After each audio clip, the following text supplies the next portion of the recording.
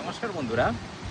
Swimming pool যেখানে আমরা কোথাও ঘুরতে এলে আমরা এটা ব্যবহার করি, অথবা সাঁতার শেখার জন্য সুইমিং পুল খুব দরকার। কিন্তু অনেক সময় খেয়াল করলে দেখবেন যে সুইমিং পুলে স্নান করার পর চোখ যখন লাল হয় সেই লাল ভাবটা কাটতে চায় না। এর কারণ হচ্ছে একটাই, সেটা হচ্ছে জল যখন নিষ্কাশন বা পরিষ্কার করা হয় সেই সময় কি দেওয়া হয়? ক্লোরিন মেশানো হয়। এই ক্লোরিনের জন্য চোখে লাল ভাবটা আসে। তার কারণ চোখের উপর যে টিয়ার ফিল্ম থাকে সেই টিয়ার ফিল্মটাকে একটু ব্রিচ করে।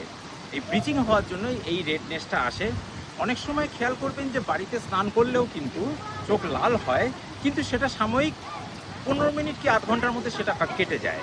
কিন্তু সুইমিং পুলে স্নান করার পর এই রেডনেসটা যদি স্টে করে যায়, মানে 15 মিনিট কিংবা আধ ঘন্টা কিংবা 1 ঘন্টার পর যদি স্টে করে যায়, চোখে যদি কড়কড় করে, আলোর দিকে তাকাতে অসুবিধা হয়, যেটাকে বলা হয় ফটোফোবিয়া, তাহলে কিন্তু একটু সাবধান হওয়া দরকার। এইবার সাবধানতা বলতে কি কি আছে, যেটা হচ্ছে যে ওয়াটার গগলস পরা, এটা একটা প্রোটেক্টিভ জিনিস।